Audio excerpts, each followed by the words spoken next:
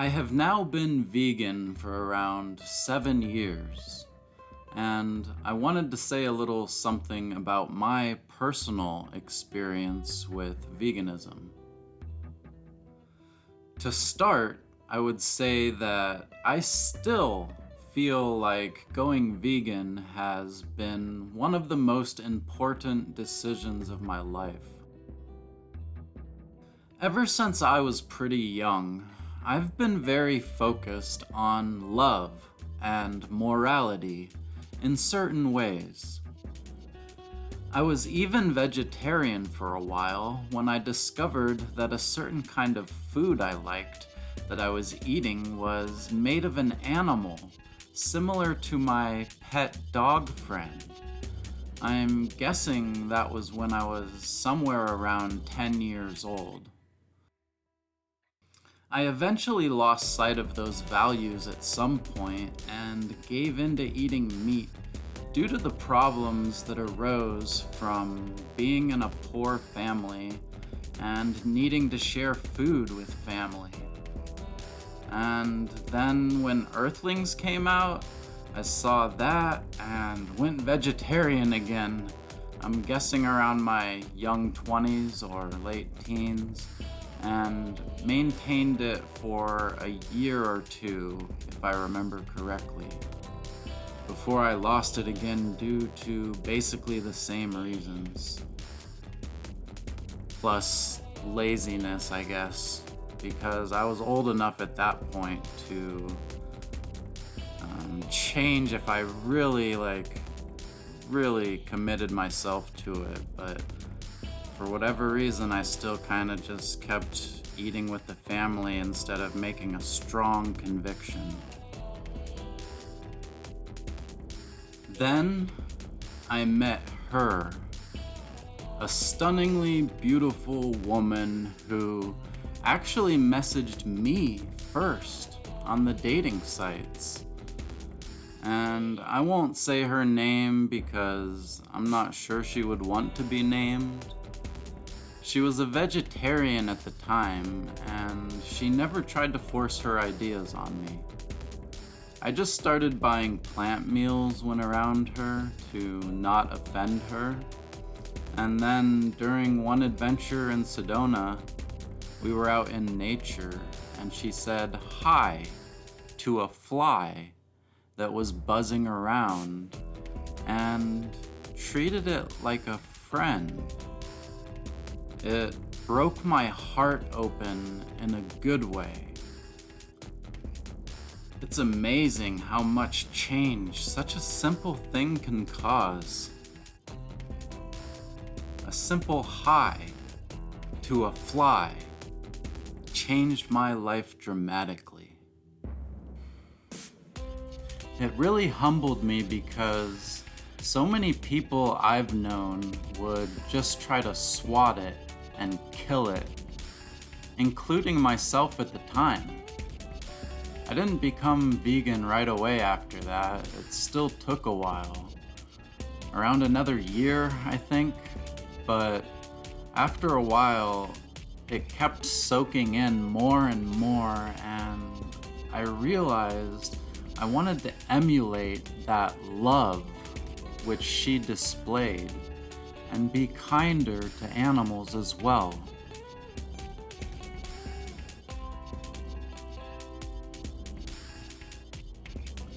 Then when I actually started studying it, I was just blown away over and over again by how much sense it made, and I got really passionate about it.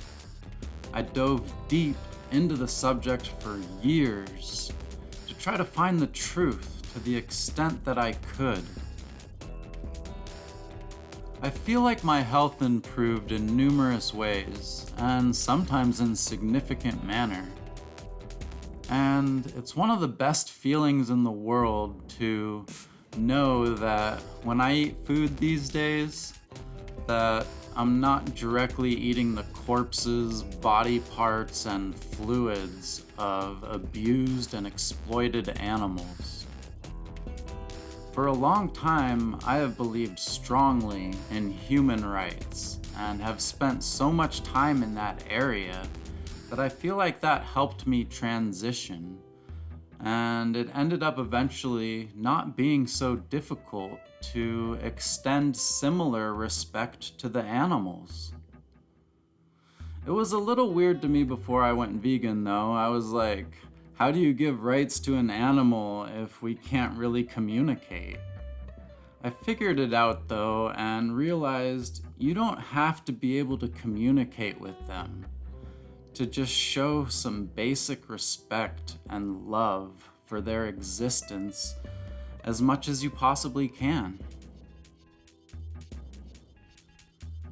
I think I may have eventually ended up becoming vegan anyways because I used to be a vegetarian and it became such a hot topic in the world later on to the point these days almost everyone knows what veganism is, and many hate vegans as well.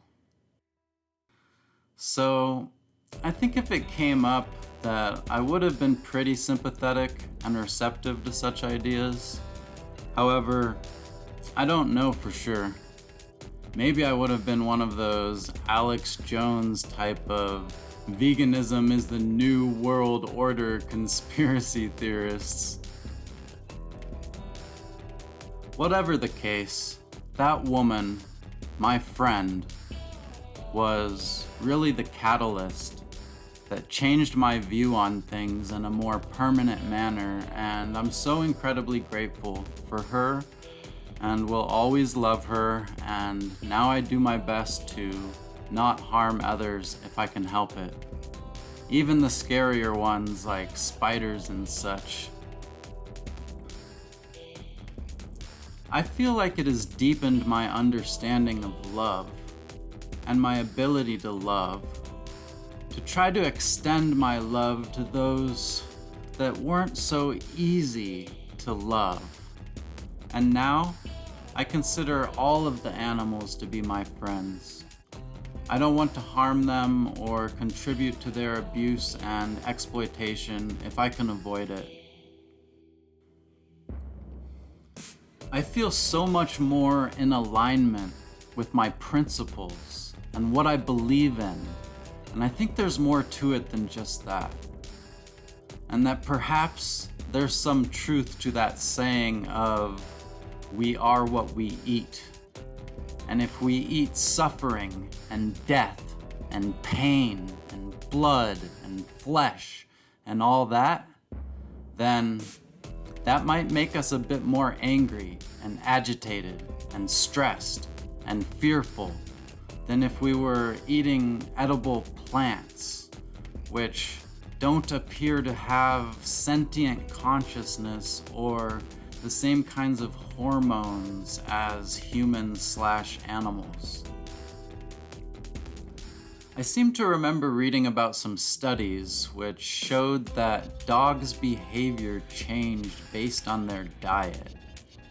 And to my knowledge, based on the evidence I've seen, dogs are omnivorous and can survive off either plants or animal products / flesh, etc., just like humans. And when they were fed plant-based diets, they became less aggressive and more friendly than the dogs which were fed meat. So I think even more than the spiritual, psychological sense, that there is very possibly even a direct biological effect from consuming animal products, which lead to different mental states. Some people might fear that and want to retain their more carnal and violent mindsets. And I'm not saying what's wrong per se. I used to think very similarly, and I don't know what's true.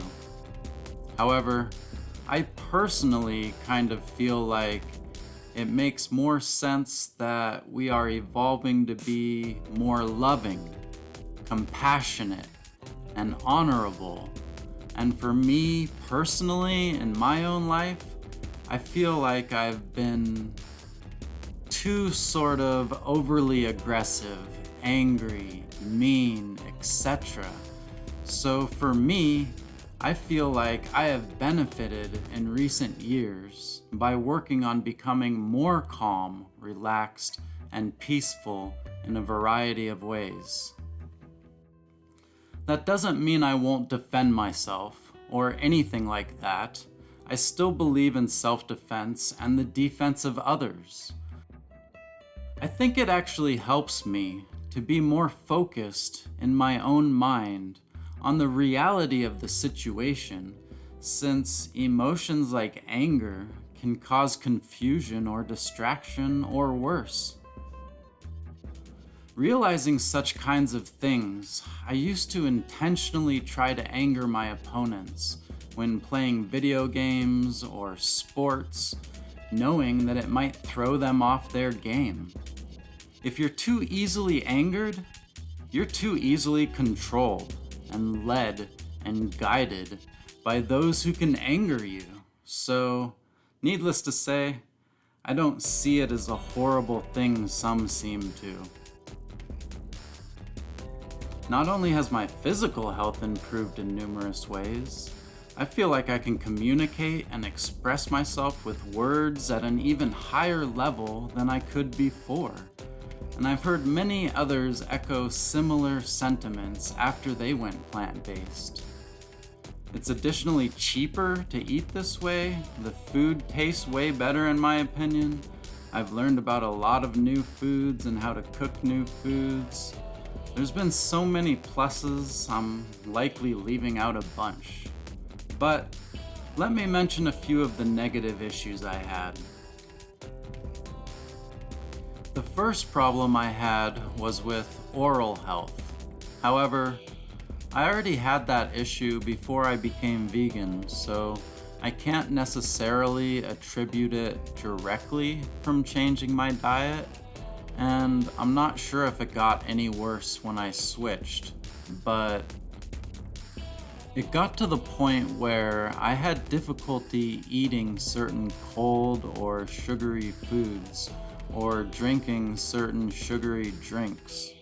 And for a while, I wasn't sure what to do. I did some research and tried some common things like coconut oil, and some of those things helped. But it wasn't until I tried some aloe vera juice and swished it in my mouth every day that I started to really heal a lot.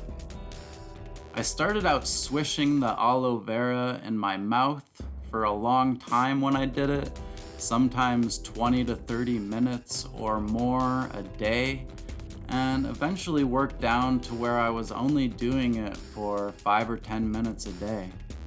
After that, I was able to eat and drink pretty much all the previous stuff that I had problems with again. To be clear, it's not like I can eat as much sugary stuff as I want and never have any problems. I still have some sensitivities every once in a while, so when that happens, I cut down on whatever is triggering it and I moderate and try not to overdo it. But it's still been a clear and majorly significant improvement, and I believe it could be possible to improve even more. Another thing I've been doing recently is using sea salt and swishing in a similar way as the aloe vera stuff.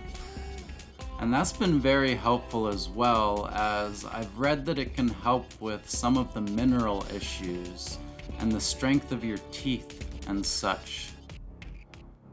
These days, I feel my oral health is better than it was before I went vegan. And I know a lot of other vegans who have reported oral or dental problems. So I wish I could somehow share this with them if they haven't tried it yet.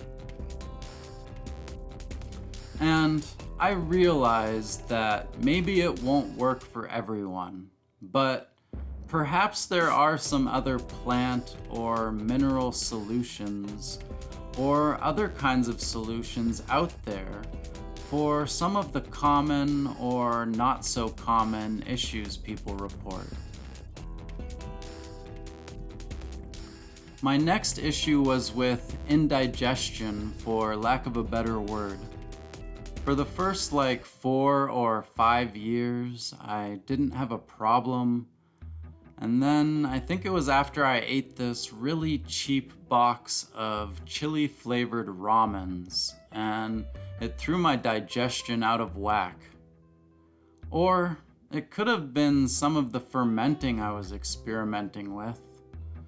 At least those are my theories. It could have been something else as well. But anyways, I struggled with a lot of farting and burping for a while, and somewhat recently, around half a year ago, it got to an extreme level where I had some actual physical health problems associated with such. I was eating a bunch of processed vegan junk food, like mixing all different things and eating large quantities, and also listening to music really loud and staring at the computer screen too much, and probably other detrimental things. And I had started having some kind of almost seizure-like experiences when I was laying on my back and about to fall asleep, and felt occasionally triggered in the daytime as well when I was overwhelming my senses. And I couldn't listen to music as loud and felt a bit slow, and it was difficult to think clearly, sort of like the brain fog some have reported. It was getting pretty bad, and I wasn't feeling well, and my father suggested I try apple cider vinegar. I didn't expect it to work, but wow, it worked so incredibly well for me. I was feeling so good, I was dancing within 20 minutes of taking it. The way I used the apple cider vinegar was by taking about a tablespoon diluted in a cup of water at least an hour before eating, and then I would brush my teeth afterwards because it can be a bit acidic. I did it every day for the first month or more, and then eventually started doing it every other day, then every couple days, and then every week or so, and now it's every month or more or so. I also read that some doctor theorized that it can help with digestion and to stabilize blood sugar levels, and that the vinegar can control and slow the rate at which the stomach empties and how much sugar hits the bloodstream. But when I read that, he said more research is still needed to verify such. Whatever the case in regard to the science and all that, it's made a major difference for me. Now my farting and burping are back to normal, and I don't feel brain fog like I did, and have more energy, and at least for the time being, it seems to have solved my issues with indigestion. I realize some people have trouble with the diet aspect, but it seems to work for me after finding those couple solutions I mentioned, and I felt healthier and had my blood tested, and I wasn't deficient in anything. There's also countless other people, likely millions, who don't seem to have a problem going back thousands of years into history. I know some who've been vegan for over 30 to 50 years or more, or who were born vegan and have been that way their whole lives. And many of these people are extremely healthy, even into old age. Not to mention, our closest animal ancestor eats 99% plants. And who knows why that other 1% is there? Maybe they get confused or sick and do weird things. I saw a sick animal out in the wilderness doing similar one time before. Plus, some studies have shown our paleo ancestors also ate around 99% plants. But now, all of a sudden, some are going carnivore and eating 100% meat? I don't know what the truth is, and kind of feel like humanity has amnesia, though I genuinely tried to figure it out for myself, and maybe some people do need some animal products for their health. I doubt it, especially since it seems like all of the essential nutrients originate in plants or the soil first, but I try to stay open-minded. For me, so far, I haven't needed such and feel better without such. There's been so many world-famous record-holding athletes of all different kinds. Some of the strongest, fastest, and most endurance-based humans. And some of the smartest geniuses in the history of the world. And also some of those who, for their political or religious views, changed the world in monumental ways, were vegan or vegetarian. We may still be a minority, however, we are in good company when it comes to how many incredible human beings throughout history have chosen to try to do their best to show love and respect to the other animals. For the people who have problems with the diet, I can't help but feel like there might be some kind of solution out there waiting to be discovered. For me, if I didn't somehow find aloe vera and apple cider vinegar in relation to the two problems I had, I might have been another one of those disgruntled vegans who gave up and then blames veganism for things. I tend to think many of the issues people have with the vegan diet have to do with gut bacteria and how their bodies have been adapted over time to eat certain foods because they ate them regularly for so long in their lives. But I admit I don't know everything, and it may be true that some people do genuinely need to eat animal products for their health. I haven't 100% seen proof, yet I try to stay open-minded and challenge even my own deeply held beliefs. I really doubt I will ever go back to consuming animal products, but if I felt like my health was at stake and that I really needed it for my health, then I most likely would. I think survival is important and a form of self-love, and I would most likely try to survive in that way if I felt there was no other choice. I've done years of research to come to my personal conclusions or belief system, and to me, it looks like our physical biology is more suited to edible plants. And if we have the choice, why not choose the choice of compassion and love and letting the animals be free to live their natural lives? I've also debated the subject for years and have heard just about every argument you can imagine, and I still feel pretty strongly about my beliefs. A few other points I'd like to make really quick are that, based on the research I've done, it appears as if veganic farming wastes a lot less water, land, and other resources.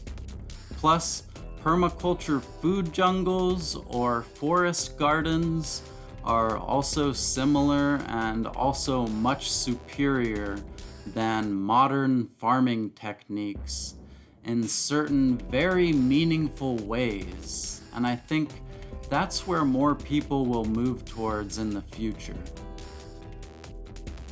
I've seen information that suggests millions of people are starving each year because their governments are exporting their food to feed our livestock animals. And I've seen estimates that it would take like 4 whole planets to be able to feed our population an animal product-based diet. Whereas if we simply stopped eating cows alone, we could probably end world hunger. There was also a study done by the FBI that showed pretty much all forms of crime increased when a new slaughterhouse went into a neighborhood. Additionally, there are many testimonials from former slaughterhouse workers who claimed that it really messed up their minds to be killing so many animals all day. Some claim that such makes them violent towards others or suicidal, and some of them even develop a condition called PITS, which is similar to PTSD and stands for Perpetration-Induced Traumatic Stress. PITS differs from PTSD in the sense that one feels guilty or stressed about the harm or trauma they have personally caused to others. Also, I think many, if not most, vegans who really research what's going on end up developing some form of PTSD or depression or other mental health issues for seeing just how cruel and barbaric things are in the world. Furthermore, some information I've seen even suggests that our extreme lack of respect and destruction of the environment in relation to overfishing and clearing forests for livestock farming could, in numerous different ways, end up leading to our very own species becoming extinct. When I first became vegan, I was devastated by so much of what I learned and almost became misanthropic for a bit and was one of those extreme and nasty vegans. In accordance with that, I remember reading a study which suggested vegans were one of the most hated groups in the world. Which is weird because they're trying to be more compassionate and extend their umbrella of love even further than what is common. Though, when you've seen the horrors of what humans do to animals and then try to express that, and almost no one seems to care and almost everyone gets defensive and insulting or worse, I can see why many vegans get so jaded. After a while, I realized that the core essence of veganism, by modern definition of attempting to do the least amount of harm within reason, includes humans as well.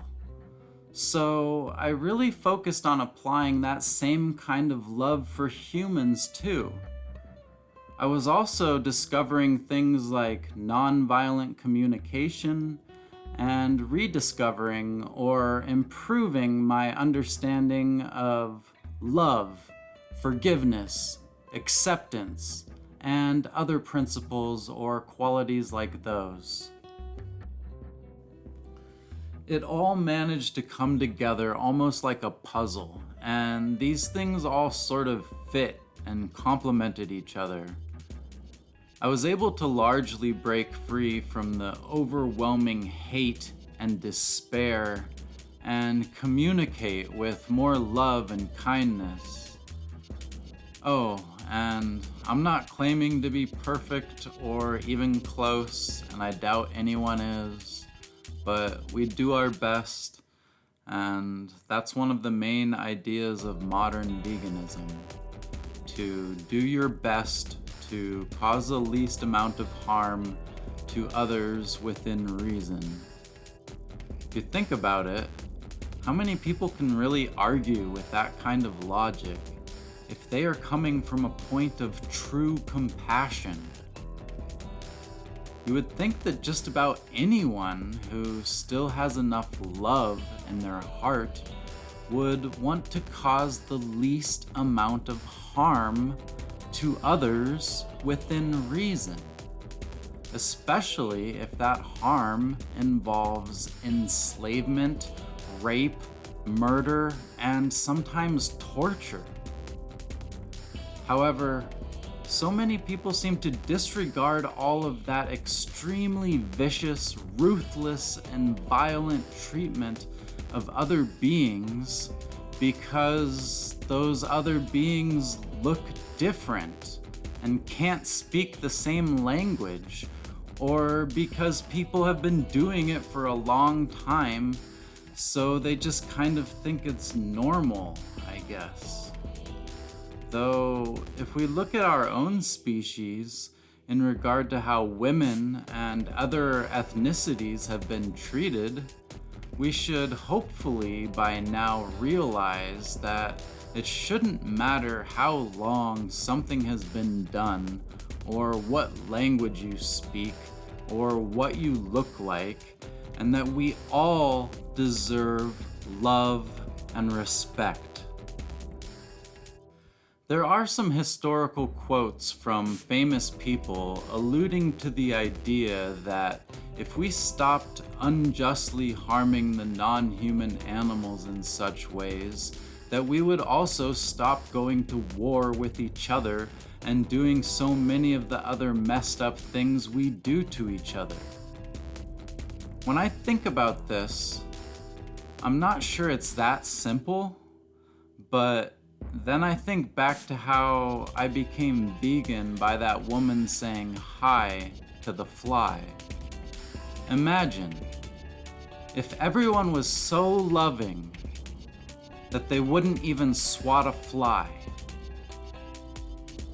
If they couldn't even swat a fly, how could they let politicians send them off to drop bombs on people or to kill and harm each other in other such significant ways? I think it's worth mentioning that the original definition of veganism does appear to be based upon a plant-based diet.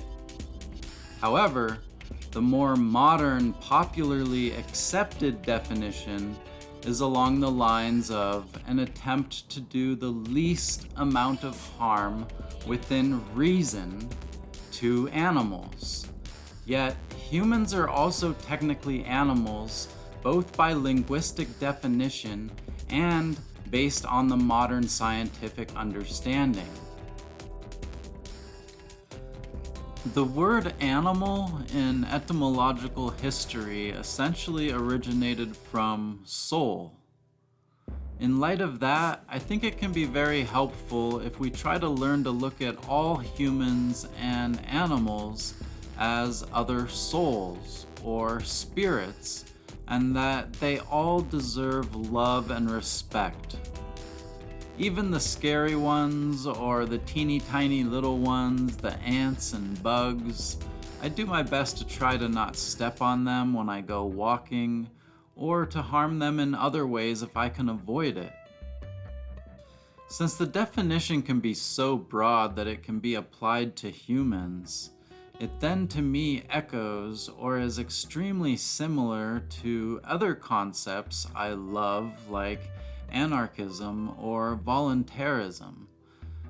And then if I consider those ideas like anarchism and voluntarism in regard to respecting animals in a similar manner, it really starts to click more than ever.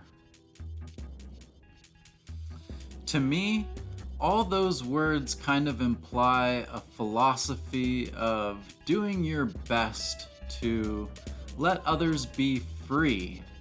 And the word free is related to love. So to me, these words like veganism, anarchism, voluntarism are kind of like other words for love. For anyone who is curious in regard to my personal diet, I have gravitated towards more of a starch-based diet, though there are many different beliefs about what is most ideal or most healthy. Some people eat just fruit. Some try to balance things. Others eat mono diets of just one single kind of plant food, like potatoes, for example, and nothing else. There's so many different ideas, also in regard to how many times one should eat a day and when one should eat, and who knows what the full truth is in regard to all that. Though I read somewhere that our ancestors possibly evolved towards starch, and it's worked really well for me, but I'm open to trying other stuff in the future. I eat some junk food too, though I try to keep it healthy for the most part. There's so much more I could say, though I'm trying to avoid really long episodes, and I'll probably make another podcast or multiple about veganism in the future. But I think I'm going to end it here for now. Thank you for listening or reading if you did, and I hope everything is going as good as possible for you. Now that I've shared my thoughts, I encourage you to share your thoughts if you want to. Feel free to drop a comment on whichever social media is best for you, or you can send an email to exploringthoughtpodcast@gmail.com. I'll do my best to respond if it's reasonable for me to do so and if I have the time and am able to. Thank you for your time, and bye until next time.